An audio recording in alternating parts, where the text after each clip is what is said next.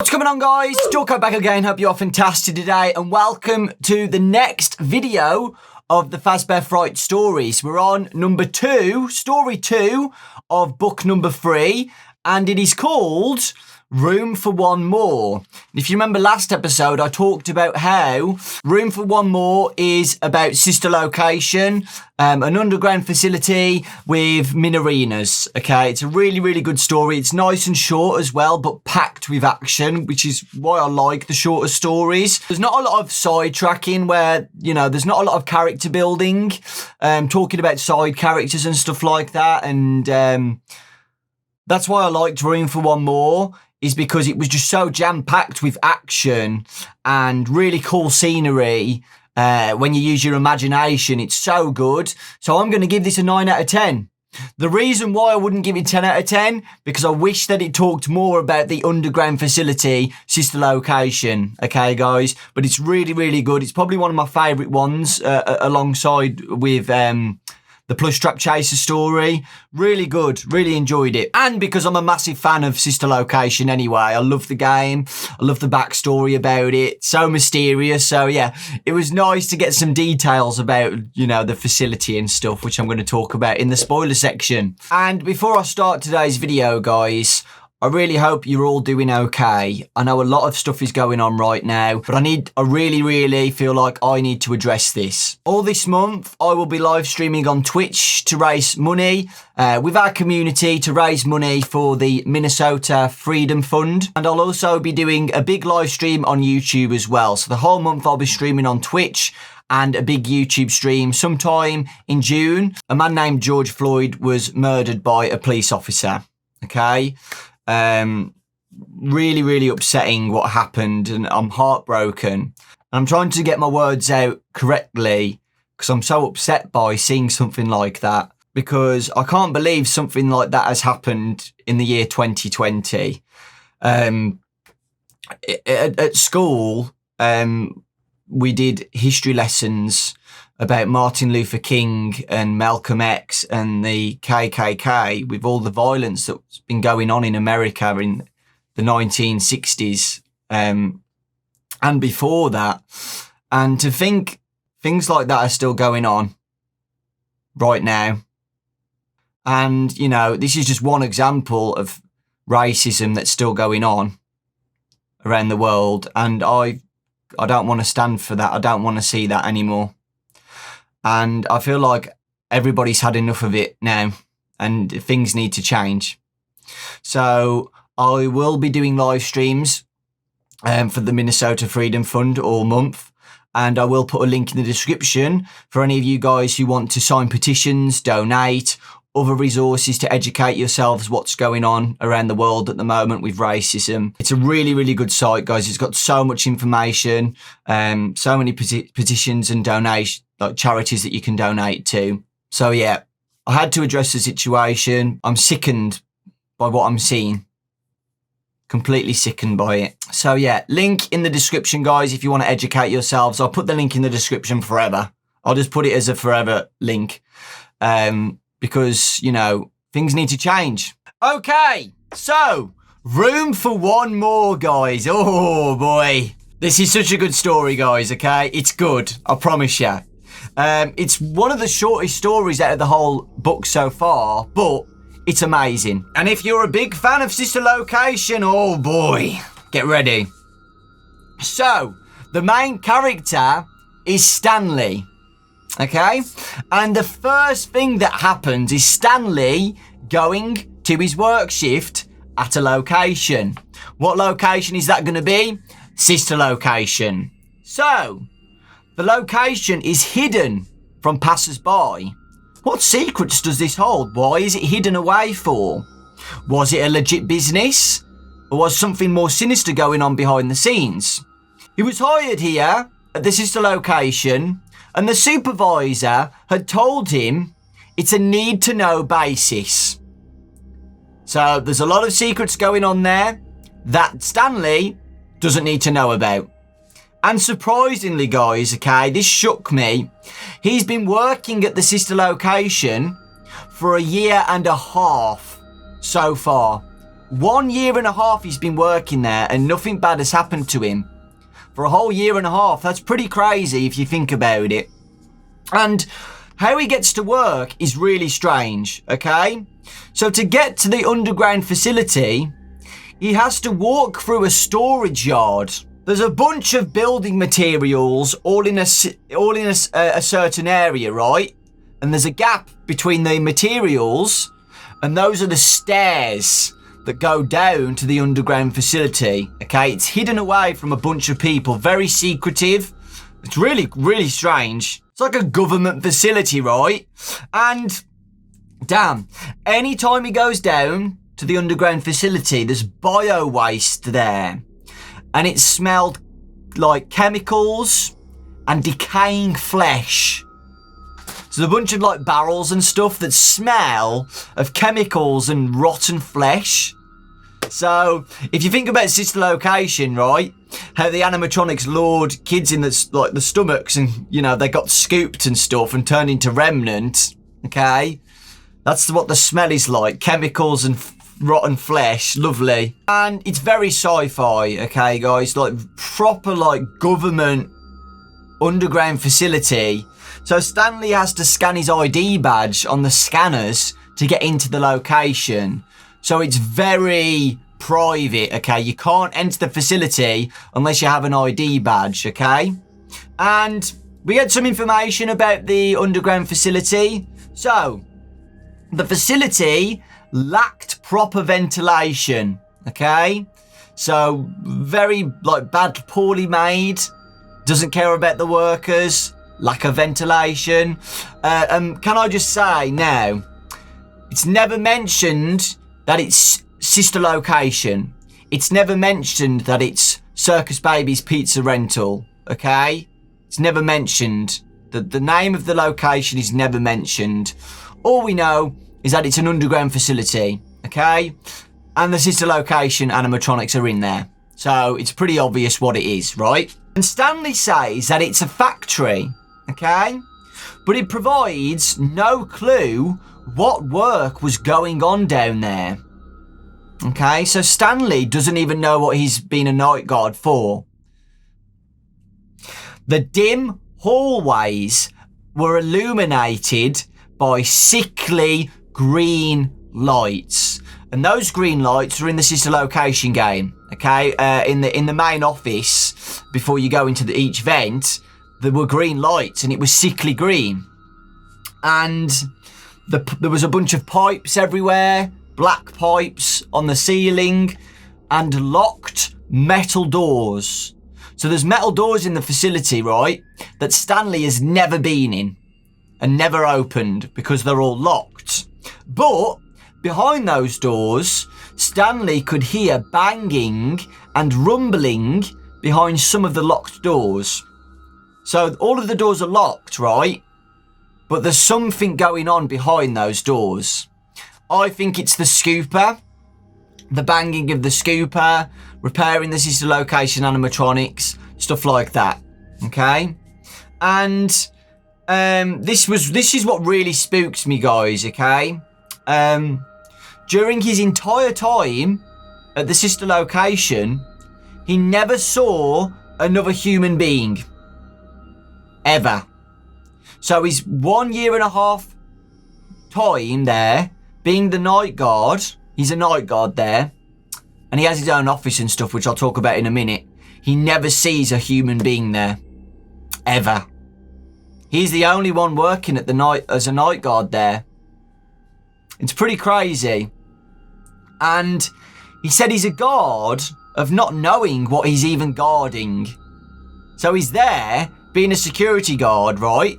But he doesn't even know what he's doing. For a year and a half. No, not seeing any other human there. It's crazy. So yeah, he does have a security office, guys, which is really nice. And some nice lore. He watches all of the building's entrances and exits. Okay, so his job is to see if anybody comes in or out the facility. And that never happens, by the way. But yeah, it's nice to know that he's got his own office. The only office that we think of in Sister Location is the private room office. And So yeah, I don't know. I don't know if it's going to be I don't think it is the private room office, to be honest. But there are monitors and stuff. He's got monitors on the desk, which the sister location private room one had. But yeah, that's the only office we know in the sister location facility. There's no other offices or anything, so I don't know. This is what's really interesting, okay, guys? This part's good. And I really want you guys to think about this, okay? He remembers back to his job interview, okay? He had a job interview with somebody, and he was a strange little bald man. A strange little bald man. The supervisor who hired him was a strange little bald man in a too large suit who fidgeted and seemed to have a hard time meeting Stanley's eyes.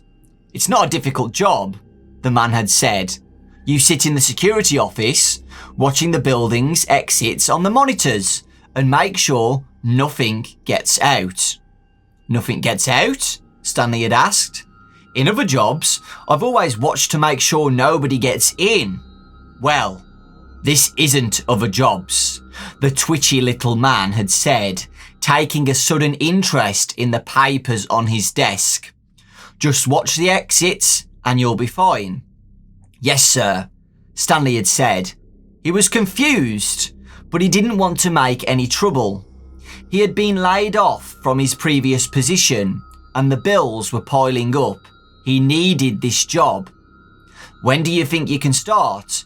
The man had asked him, looking in the general direction of Stanley's face, but still not meeting his eyes. As soon as you need me, sir. Stanley had been expecting a more vigorous interview. Usually for security jobs, there were lots of questions, personality tests, references to be followed up on, and an extensive background check. Companies wanted to make sure they weren't hiring the fox to guard the henhouse, as Stanley's granny used to say. Excellent, the man had said, with what was almost a smile. We've got a sudden vacancy, I'm afraid, and we are in urgent need of someone to fill the position. Guy up and quit on you? Stanley had asked. In a matter of speaking, the man had said, looking past Stanley. Unfortunately, the prior security guard passed away suddenly. Very tragic. What happened to him? Stanley had asked. He knew there were inherent dangers in the job, but if the prior guard had been killed in the line of duty, he felt like he ought to be told about it. If this job was especially dangerous, he needed to know what he was signing up for and make an informed decision. Massive heart attack, I'm afraid, the man had said, looking down and shuffling some papers on his desk. We never know how much time we're given, do we? No, sir, Stanley had said, thinking of his dad, whom he had lost recently. The man had nodded thoughtfully, then looked at Stanley. But I think you'll find it an easy job. Just keep an eye on those exits. Make sure everything that's supposed to be in the building stays in the building, and you'll be fine. Yes, sir, Stanley had said. Thank you. He had reached out to shake the man's cold, bony little hand, and just like that, he had the job. As a result, Stanley had spent the last year and a half monitoring exits to make sure nothing got out, even though he wasn't entirely sure what that phrase even meant. Why had the man who had hired him said nothing instead of nobody? What exactly was it that Stanley was watching for? He had thought he might ask the strange, twitchy little man about it one day. But since that brief job interview, Stanley had never seen him again. So yeah, guys, this strange little bald man did the job interview and he's never seen him again. It's crazy, right? So, yeah, I kind of thought who this strange little man could be. Just letting you guys know, there is no time zone for this story. Okay, we don't know when this is. It's obviously when like Fazbear Entertainment or whoever, William Afton's company, Afton Robotics, are still working at the underground facility. Okay? It's hard to say. It's really hard to say. And he's still getting paid. So it must be when the sister location company is still up and ready. Okay, Circus Babies Rental, Afton Robotics, whoever. So this must be when Afton's company is still active, not shut down. So it can't be like recent times. It can't be like some of the other stories are set at the present time. I feel like this is definitely an old story from like the 80s or 90s, something like that. And I don't know who the strange little bald man is. It could be nobody. It could be William Afton. We don't know. It's never said. But yeah, it's pretty obvious, guys, that the previous night guard got killed here. So, yeah. So we've got some more backstory on Stanley. Stanley's girlfriend dumped him 2 weeks ago. And the night shift that he had at the sister location was until 7 a.m. Okay, so he's got a night shift up until 7 a.m. Stanley was 25 and got dumped because the relationship wasn't going anywhere, apparently. But Stanley wasn't ready for a marriage and stuff. So Amber, his girlfriend, dumped him and then was already on a date with another guy straight after. So Stanley is in pain. Again, another story with a guy or female who's had pain in their life, okay? Got dumped by his girlfriend. So, it's typical for Stanley to fall asleep on the job, okay? He falls asleep on the job in the office all the time because there's literally nothing happening. He's been working there for 1.5 years, okay, looking at monitors, and nothing eventful has happened, ever. For 1.5 years, day in, day out, being a night guard, nothing eventful has happened. Nobody's broke in. None of the sister location animatronics have done anything. Okay? All good. It's kind of weird. It's still so weird that he hasn't seen any human in the facility. And he's never seen that little bald man again. Okay? Okay, so he spends half of his night shift. He has an 8-hour shift. He spends about 4 of those hours being asleep. Okay? So what does he do? He goes to sleep, just like a normal night. Goes to sleep. Beep, beep, beep, beep, beep. He wakes up. The motion vent has been triggered in the right vent of the security office. So he wakes up, beep, beep, beep, an alert comes up. In his office, the right vent has a motion trigger, okay? Sister location. The only time we've heard motion trigger is in the sister location facility. So this is definitely the sister location, okay? So, he removes the cover, goes up, checks, removes the cover of the vent and looks. Nothing is there, okay? And the vents are really small, apparently. The vents are small, too small to fit through. So he thinks it's either a mouse or a rat, okay? So he thinks so he reports for pest control, and he's thinking, who receives these reports anyway? I don't know who I'm working for. Who receives these reports that I'm going to report that are rats in the vent? So yeah, he sits back down because he does check the vents and nothing's there. He thinks it's a mouse or a rat, so he goes back to sleep. He wakes up, looks around, nothing's happened, checks the monitors, nothing's there, all good. And then he looks on the desk, and there's a doll on his desk. Now, I'm going to tell you right now, the doll is a Minorina, okay? It's a Minorina doll that has been placed on his desk by somebody. A Minorina doll. So, got some information about the Minorina. It's a simple jointed doll, and you could arrange the position, okay? So, if you guys have seen those art dolls for modelling, where you can change the positions of set it as a position.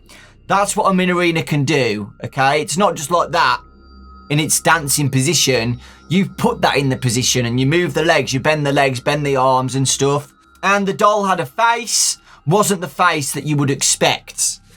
It was a face. Okay, I want to read a description about the Minorina. It would seem logical for a ballerina doll's face to be painted to look like a beautiful girl's. Not this one.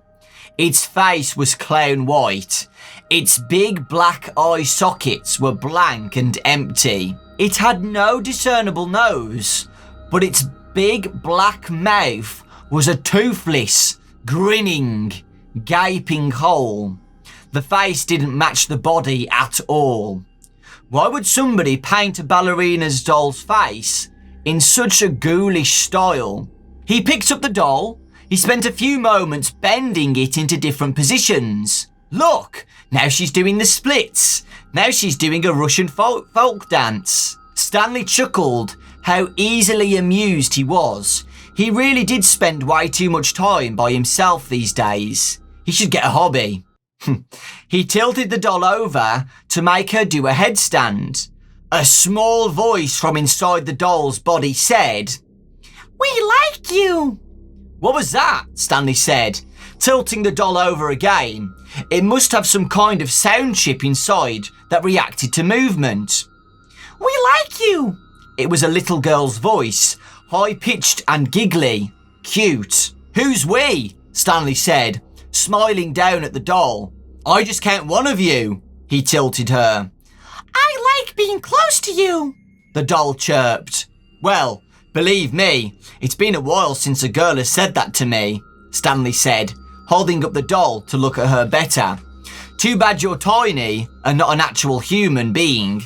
Kind of weird looking too." He tilted her again. He wondered how many recorded phrases were in her vocabulary. "You're so warm and squishy," the doll said with a giggle. So, yeah. And then the Minorina says, "Take me home with you," the doll said with that same little giggle in her voice. He set her back on his desk. "I might do that, little dolly," he said. "It's almost like you were left here as a present for me. But who would have left it for him?" He looked again at the doll's ballerina body and strange mask-like face. "A weird present, but I don't know. I kind of like you." And then the Minorina says, "We like you," the doll said again. "So the feeling is mutual," Stanley said. So Stanley sets the doll back down on the desk and has another nap because it's just a doll and he thinks that the Minorina has a sound chip in them. I don't know if they do have a sound chip. If they do, that's some good lore because we only thought that the sister location, like Big Animatronics, had a sound chip. So if the Minorinas have a sound chip as well, that's why when in Ultimate Custom Night and stuff, we hear the Minorinas giggling and stuff and the sister location Custom Night, etc. I don't know if they've got a sound chip. It's never confirmed. But it's either they do have a sound chip, guys, or the Minorinas are legit just talking. They don't have a sound chip. They're just literally like talking as possessed little dolls, okay? Stanley has a nap, okay, guys? And then Stanley has a dream in the security office, okay? He has a dream when he has this nap. And this is a nightmare, okay? So he has a dream about being alone at the restaurant, seeing his girlfriend with another man, and seeing his dead father while he's eating spaghetti.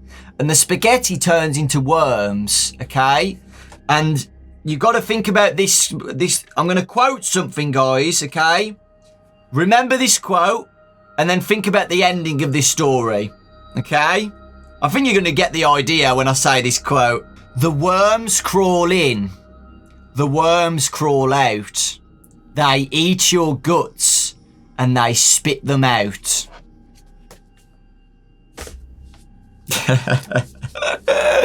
Oh, God. When I read that quote, guys, and after the dream, you'll see what I mean. Like, you're going to get the idea in very, very soon. So he wakes up, guys, from the nightmare, and the doll is gone from the desk. Okay, he doesn't report it, but the Minorina doll is now gone from the desk. Okay, so Stanley goes to the diner. This is his shift done. He leaves the facility, and he goes to the diner in the morning. His usual daily routine, guys, is to do the shift, and then after the shift, he goes to the diner in the morning and has a big breakfast, and then goes to sleep. So he goes to the diner. He's working on his diet now. He wants to change himself. You know, he's getting positive now. He wants to be better after the breakup. And there's a waitress there called Katie, and she's really nice. So in his mindset, guys, he's like, okay, I'm going to be a better person. I might ask Katie out and, you know, control my life again. And then suddenly, guys, when he's at the diner, he starts to get a sore throat. His throat's sore. And he can't swallow properly. His swallowing's really bad. And he gets more and more sick throughout the day. And then his left arm turns swollen and numb. He can't feel anything in his arm. Okay? Think about that. So, at the night shift, there's a Minorina on the desk. He has a nap. The worms crawl in. Okay? And then he wakes up, and then later on, he's got a sore throat, and his arm's numb. Where do you think that Minorina's gone? Where do you think that Minorina's gone? Okay? So, he goes back home and he thinks, okay, oh God, maybe rest will fix it. This isn't normal, but, you know, I'll go to sleep and wake up and see what happens, see if I've got worse or better. So he has an 8-hour sleep, and it's dark and dreamless. He doesn't have a single dream in that 8 hours of sleep. Nothing. Okay, remember that as well. And he wakes up, and his throat's even worse now. So it feels like his throat has been cut. That's how bad his throat is right now. And his arm is still numb, but now he has bloodshot eyes as well when he looks in the mirror. So he obviously just thinks he's sick, guys, that he's caught something. The ventilation in the sister location is not good. He feels like he's just caught an illness, okay? With all the chemicals and the smell of that rotten meat and stuff, I wouldn't be surprised either. So, yeah, he tries to have a tea and soup. The pain in his throat is just still really bad, but he still decides to go back to work, okay? He goes back to work again because he needs the money. Okay, he needs the money. He's ill, but he needs to go back to work to get the money. Again, guys, like he always does. There's nothing in the office. The monitors are all fine. He goes back to sleep, and he wakes up thinking that he's being watched by somebody. And he looks around. What do you think is on the desk? A Minorina. He thinks it's the same Minorina, but it's not. Okay, I'll tell you that now. And again, the Minorina repeats, "We like you. Take me home with you. We like you." While they're having a conversation with each other, that's all the Minorina says, okay? "We like you." You get the idea now? Take me home with you. And then he wakes up with a sore throat. What do you think these Minorinas are doing? So, he has another nap again. He sets the Minorina down on the desk. Doesn't really care. It's just a Minorina. It's just a doll with a sound chip inside. They're not doing anything. It's the same one. He goes for a nap again. And now, guys, his dreams get worse. And this is where we see the other sister location animatronics come into play in his dreams. Now, I just want to remind you guys that Stanley has never seen these sister location animatronics before.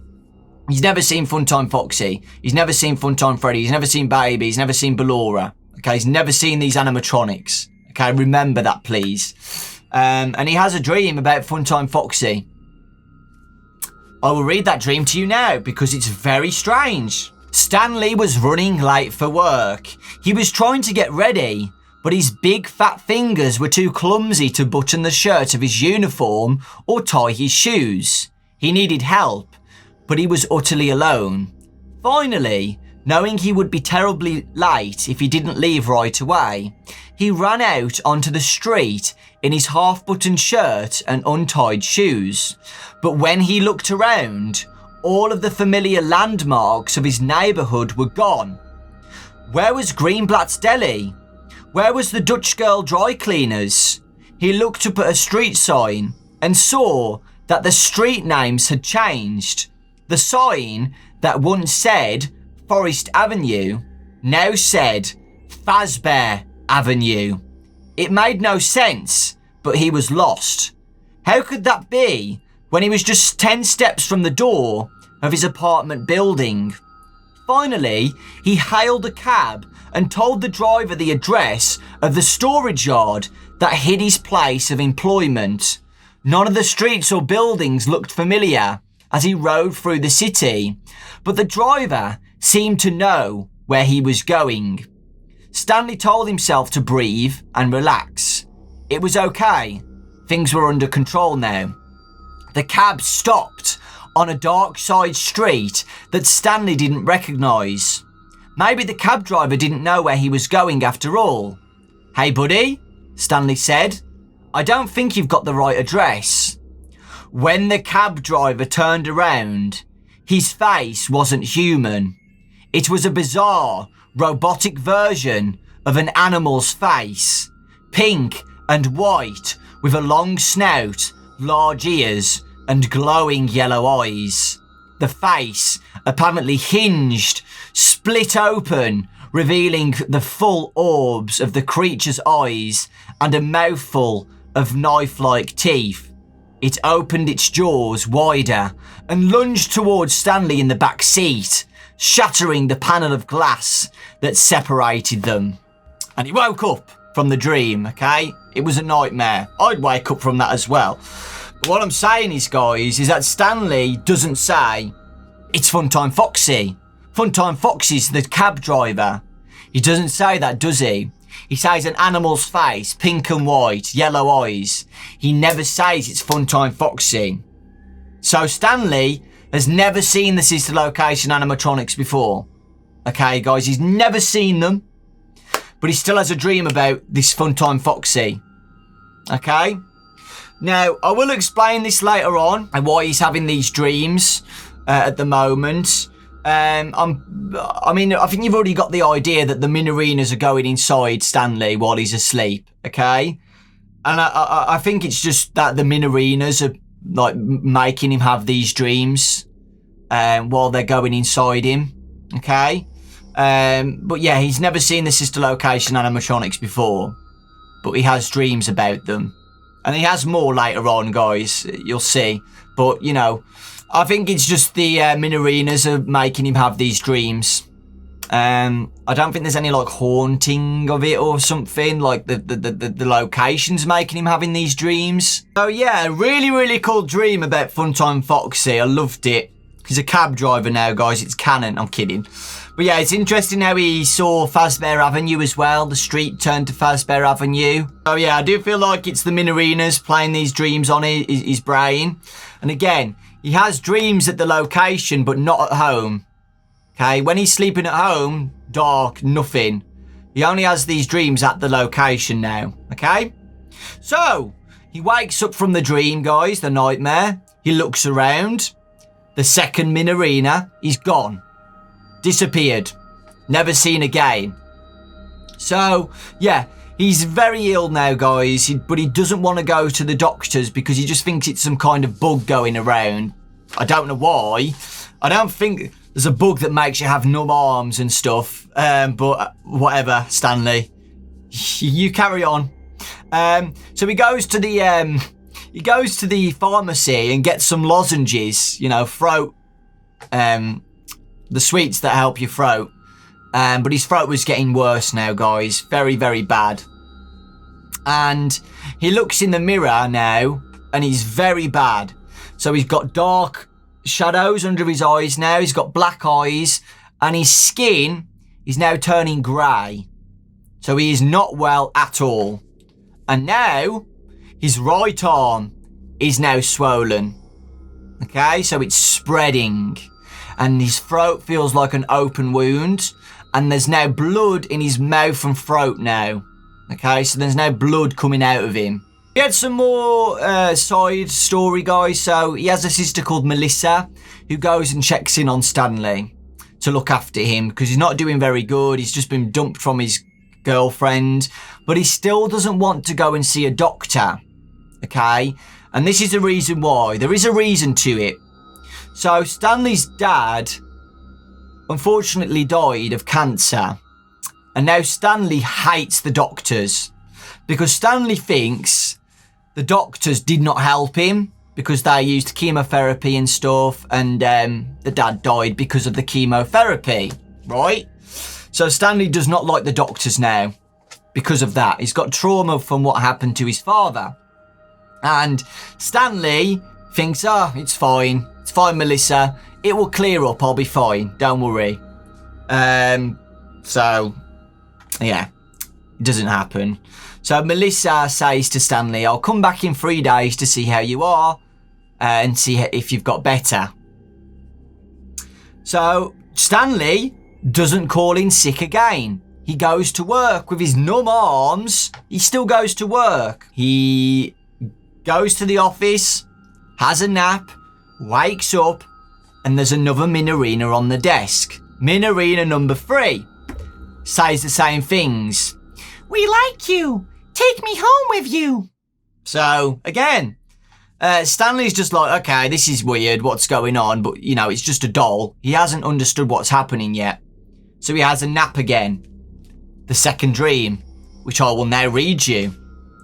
Funtime Freddy. Stanley was at work, but for some reason, the greenish lights that usually provided the building's only illumination had been turned off. He remembered a school trip to a cave.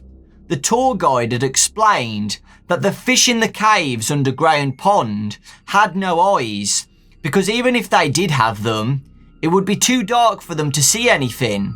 The building was dark like that. His flashlight was the only thing that made it possible for him to find his way down the hall. He shined it on the walls, on the metal doors, on the floor ahead of him, creating small circles of light in the darkness. Was the whole building without electricity? He wondered. It must not be, because he could still hear the rumbling and clanging of the machinery behind the locked metal doors. He had a strong feeling that something was not right. He needed to get to the office to see if the security monitors were working, or if they were down due to a power outage. If they were, he guessed he would have to walk around in the dark and check that each exit was secure. He shined his flashlight ahead. It lit up the sign, reading security office, on his door. The scanner for his security badge was not working, so he used the key he kept in case of emergency. The security office was as dark as the rest of the building. All the monitors were down. He shined the flashlight around the room, letting its beam rest on familiar objects. The desk, the chair, the filing cabinet. He moved the flashlight's beam towards the left corner of the room. The beam illuminated a face. The face did not belong to a human. It was a face of a cartoon animal. A bear, maybe, wearing a bow tie and a top hat. As Stanley shined his light on it, the two sides of the face swung open like double doors to reveal a hideous metallic skull made of snaking wires and cables. It stared at Stanley with blank, bulging eyes and sprang at him, its jaws snapping. So yeah, guys, Funtime Freddy. Again, doesn't say it's Funtime Freddy, just says it's a bear. So Stanley doesn't know anything about Fazbear Entertainment and Freddy Fazbear or Funtime Freddy or the sister location animatronics, right? Which is interesting, because he's been working there for a year and a half. It just goes to show, guys, how secretive this location is. He's been working there for a year and a half, and not once does he know what this location is. He doesn't know that it's a location for animatronics. So yeah, he has a dream that there's been a power outage at the location. And it seems like his area of work is not that big. So like, all he has is he goes down to the facility, there's a hallway, there's metallic doors around him that are always locked, and the only way he goes in is his office. and the exit and the entrance to the facility. That's the only places it seems like he can go to. He wakes up, guys, from the nightmare. He looks around. The mini arena is gone. He decides to go to the nurse after his shift, but he doesn't mention his numb arms for some reason. I don't know why. I would tell the doctor if my arms are numb, but I think he was scared and worried what was going to happen to him. He doesn't have a fever. He doesn't have strep. The blood is not good though, so the nurse thinks he's just got a very bad infection in his throat. So the nurse gives him antibiotics, okay? Now his arms are so swollen, guys, that they get stuck in his shirt, his uniform, his night guard uniform. They're stuck. That's how bad they're getting. They're so swollen. And he cannot feel them now. So he's in the shower and he can't feel anything in his arms. That's how bad they are. And now it gets even worse, guys. So he wakes up for his shift, right? His right leg is now not working. His right leg's not working now. 3 mini arenas so far. Left arm, right leg. So yeah, he's getting worried now. He's getting very worried. And now his throat's so bad that he can't even drink now. It's that sore that he can't eat or drink anything. So his mum rings, but he doesn't tell her what's going on because he doesn't want to scare his mom. And he feels really vulnerable right now. And he's turned into an old decrepit man overnight. So he's now limping, guys. He's very weak. But for some reason, he decides to go to work again. Again, he goes to work again with what's going on with him. Because it's because he's desperate for money. Okay, it's explained that he's desperate for money. But I still feel like he's being drawn to the location. I feel like there's something else drawing him in. Maybe the mini arenas that are inside of him. Like drawing him in to go back to the location because they're not finished with him. Something like that. I don't feel like it's just Stanley deciding to go. I feel like there's something else influencing him to keep going. Because, you know, we spoke about this before, how, like, you know, the FNAF locations and stuff have, like, this ability to draw people in. But I do feel like it's just the mini arenas doing it. Because this is all physical, guys. All this stuff that's happening to him is physical. There's no, like, dark entity like Fetch or the Spring Bonnie from Into the Pit, which makes me believe that this is set at the time Sister Location was still active. Okay, I mean, it's pretty obvious. But yeah, it's set at the time where Afton Robotics and stuff was still active and William Afton was still alive and, you know, doing stuff. That's my thoughts on it. So the 1980s, 90s, something like that. So when he's on the bus, guys, people are looking at him like, oh my God, this guy looks like he's dying. And the antibiotics are not working. And he should have told the nurse about his numbness in his arms and stuff. But yeah, he's in no condition to be at work. And Stanley knows that. And now his left leg is starting to get swollen. And now his chest is tight. Okay? So he thinks he's having a heart attack. Nice reference there. Stanley thinks he's having a heart attack at this point. You remember the previous night guard died of a heart attack. So, yeah, maybe the same thing happened with the other night guard where mini arenas were inside of him. We don't know. It's never said, but, you know, nice little reference to a heart attack when the previous night guard died of that. Obviously, he didn't. So, yeah, at this point, guys, Stanley thinks that's it. There's no... This isn't going to work out for him. So he says, okay, I'm definitely calling the doctors in the morning. He should have at that point.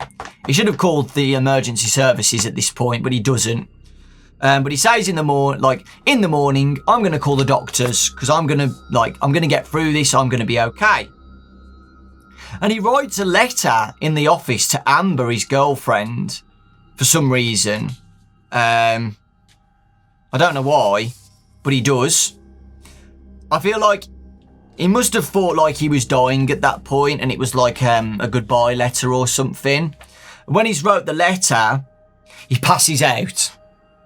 Okay, he's that ill and sick that he passes out in the office. He doesn't want to go to sleep, guys, because anytime he goes to sleep, like something bad happens, he has a nightmare, and he doesn't want to go to sleep.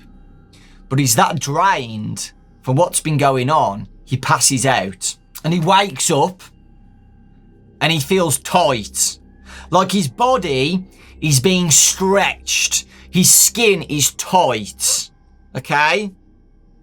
And he wakes up from being passed out. Another Minorina is on his desk. And the Minorina says, "I like being close to you. Take me home with you."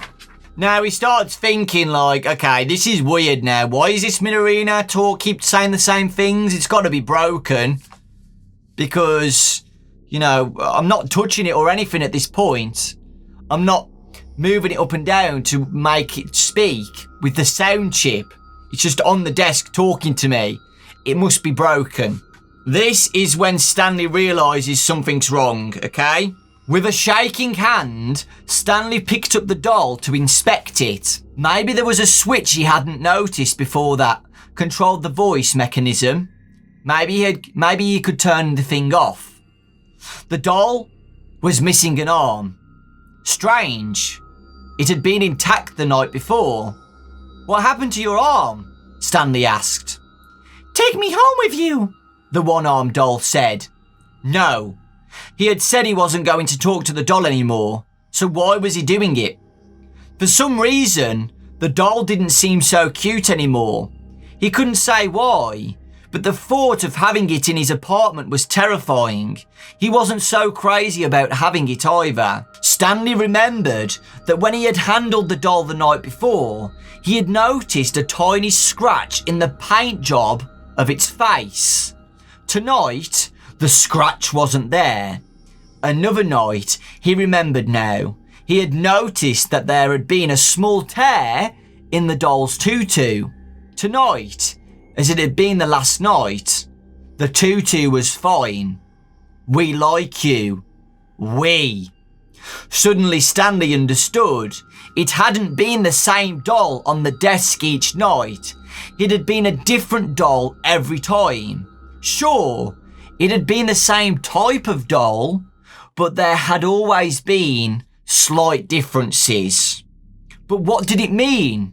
Whatever it was weird and upsetting, and he didn't want to be part of it. He opened the drawer of the desk, dropped the one-armed doll inside it, and slammed the drawer shut. Out of sight, out of mind. So yeah, he's now realised, guys, that a different Minorina is appearing each night and the Minorina has disappeared, okay? He still hasn't understood that the Minorina's crawl inside him. So this is when he, like, shuts the Minorina in the drawer, okay? And he's like, okay, I need to sort my life out. When I get out, I'm going to talk to the doctor. I'm going to look for a new job. I want to sort my life out. It's not going to happen. We know that by now, right? So again, he doesn't want to sleep, but his body's exhausted. After that point, he goes to sleep again. And he has another dream. This dream is about Ballora. He was in a dentist's chair. The dental assistant was a robot outfitted as a ballerina.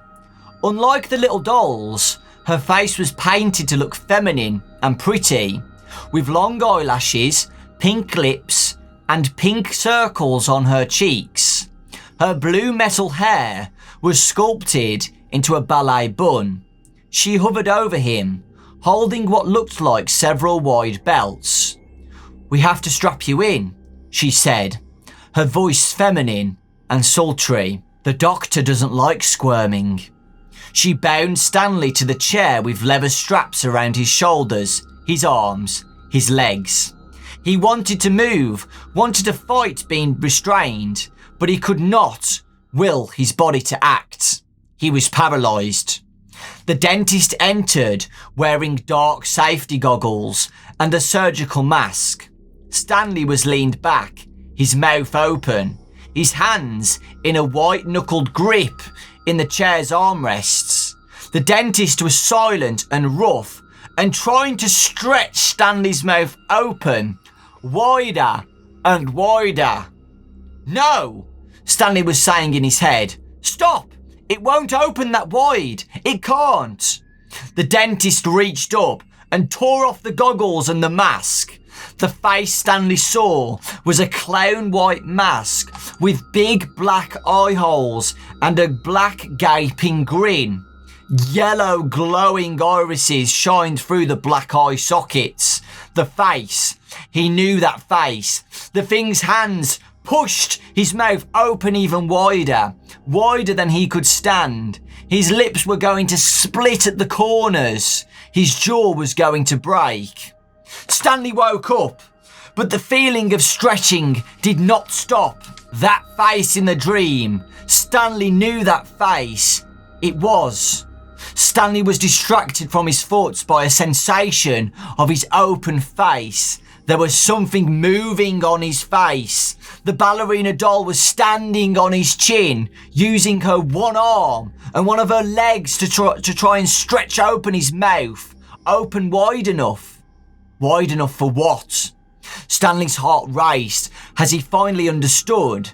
Wide enough so she could fit inside. Stanley raised his numb right arm and swatted the doll away. She was light and sailed across the room, hitting the wall with a thud and landing in a crumpled heap on the floor. He braced his hands on the desk to pull himself up to his feet. As he stood, he felt tightening in his arms, his legs, his belly, his chest. He knew now that what he was feeling was a sensation of dozens of tiny limbs pressing on his skin from the inside his arms, his legs, his chest, his belly. How many of them were in there? The sore throat had started after the night the first doll appeared. No wonder it hurt too much to eat and drink anything. Night after night, the dolls had been climbing into his mouth and down his throat as he slept, making their way through the narrow passageways of his body like explorers in a dark, damp cave. The realization nauseated him. He felt the urge to vomit, but there was nothing in his stomach to bring up. Nothing but acid and fear. He wished he could go back to not knowing what was wrong with him, to just thinking he had contracted some unusual virus or infection. People always said that when it came to physical conditions, knowing was better than not knowing. In this case, they were wrong. Knowing was much, much worse. Stanley staggered out of the office and down the hall. Everything in his head screamed at him to run, but he was too weak to run. The walls of the facility seemed to be closing in around him. He had never liked this place. He had to get out of here for good, he told himself, and he would do it even if he had to crawl. The pressure inside him was building. It felt like the dolls were angry, like their many tiny fists were punching him and their many tiny feet were kicking him. But he saw the exit signs, green, glow up ahead. Green means go, he told himself. If he could just get out, if he could be where there was moonlight and fresh air to breathe, he could figure out what to do. He leaned against the wall and hobbled to the exit sign. Outside, he tried to take a breath of fresh air, but instead sucked in the stench from the bio-waste bin. He was so worn out and ill that he wanted to just lie down on the pavement, but he had to figure out a way to make it up the stairs. Up the stairs and into a cab and straight to the emergency room, where he could tell them, what? There are dozens of tiny little dolls living inside of me. They crawl down my throat when I sleep. There was no doubt what ward of the hospital a statement like that would land him in. But maybe if he could convince the doctor to take an x-ray, then they could see that the dolls were real. Voices. Stanley's thoughts were interrupted by tiny, muffled little girlish voices. They were muffled because they were coming from inside of him. From his left arm. I like being close to you. From his right leg. We like you. From his belly. You're so warm and squishy. Stanley stumbled backwards. almost falling. Standing was becoming more and more difficult. The pressure was building inside of him, becoming unbearable. He felt like he might explode. Could that happen? Could a person actually explode? The tiny one-armed doll was standing framed in the facility's doorway, posed like she was about to do a pirouette. The yellow irises of her cavernous black eyes focused on Stanley like lasers. Her smile was wide. She tilted her head in a way that, under other circumstances, might have been cute. "Isn't there room for just one more?"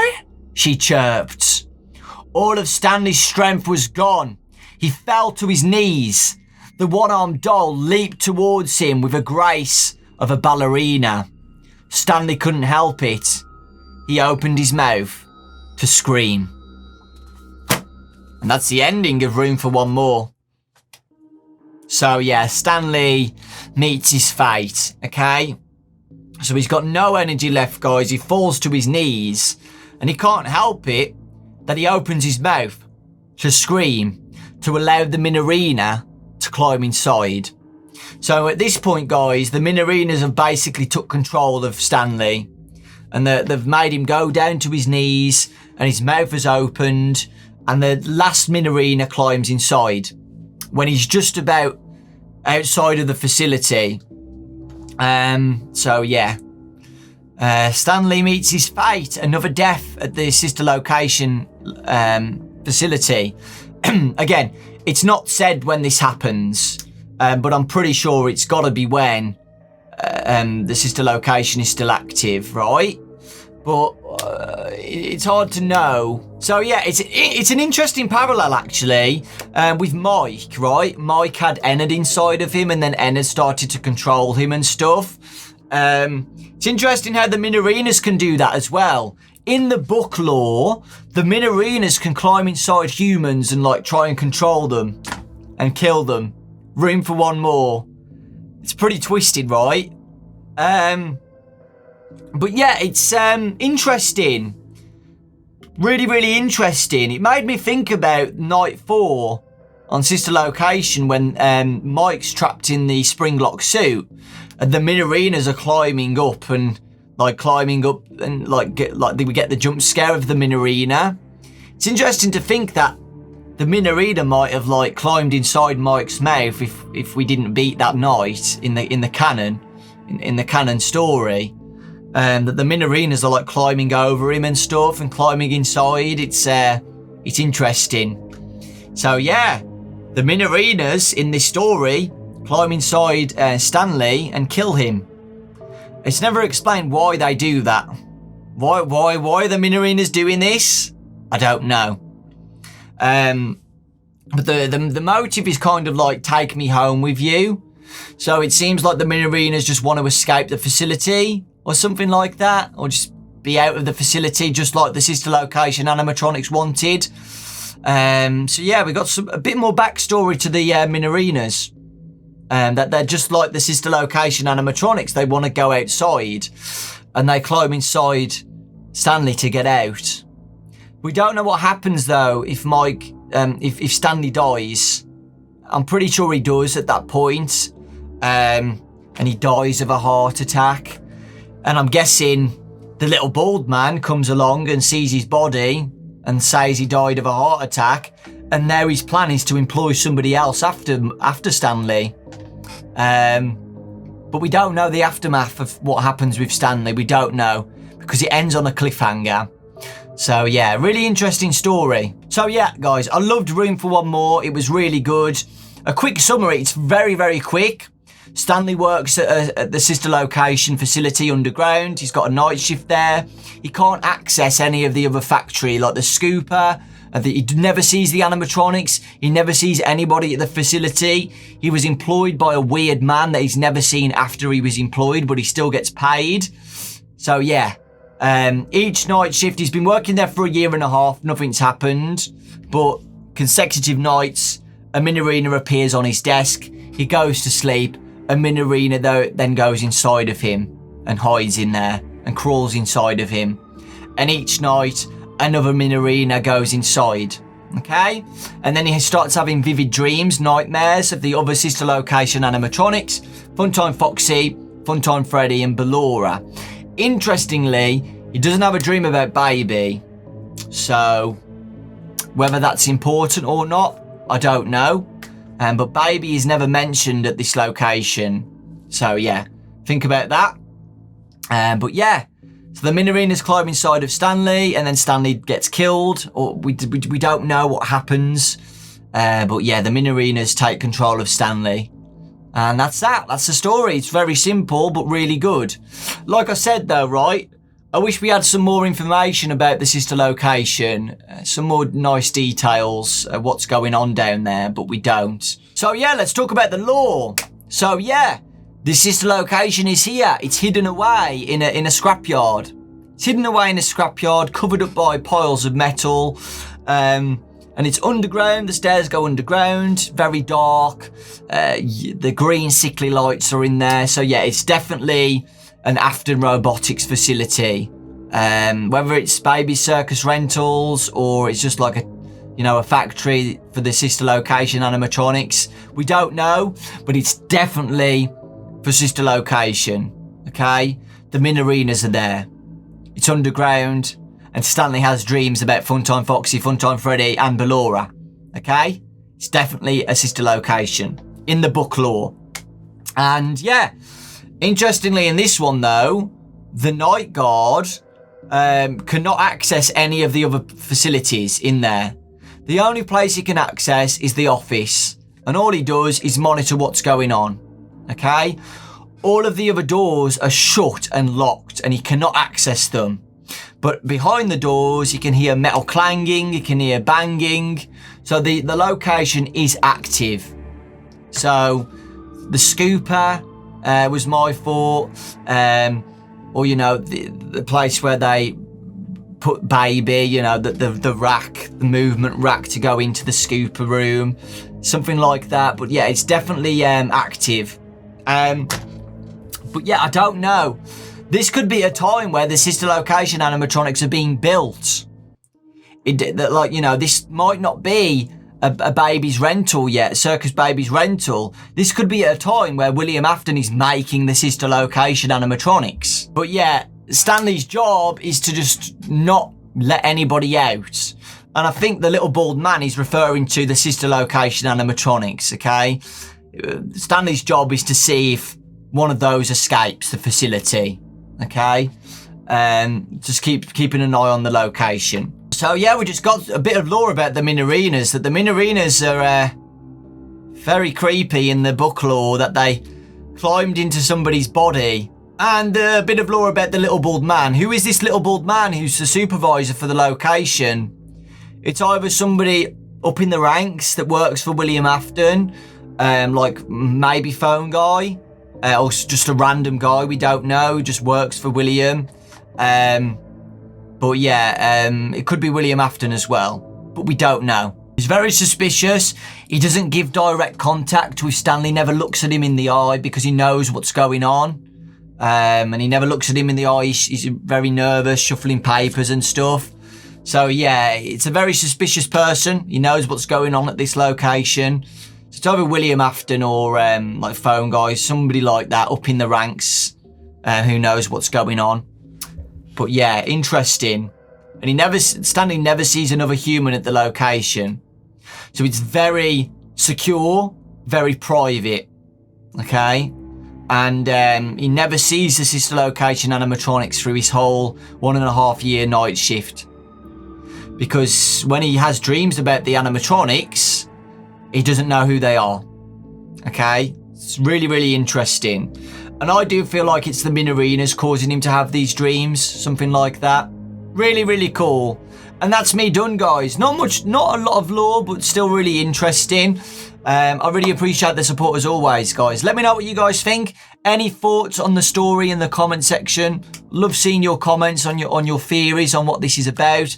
It's a pretty simple story, but it's really cool, right? It's really cool. And I hope we get some more sister location stories. I really do. About the facility. I really, really like to see that. So yeah, thank you guys. Thank you so much for watching. I really do appreciate the support as always. Take care, lots of love. That was room for one more. And next up is the new kid. Okay, and also the Stitch Wraith. So we got the part with the Stitch Wraith at the end as well that we'll discuss. But yeah, the new kid is the next story, and it's about a kid who pranks somebody to go in the Springlock suit, something like that. They go to a location and stuff, so it's going to be cool, right? And then we get some more lore about the Stitch Wraith. So yeah, thank you so much, guys. Lots of love, and I'll see you all next time.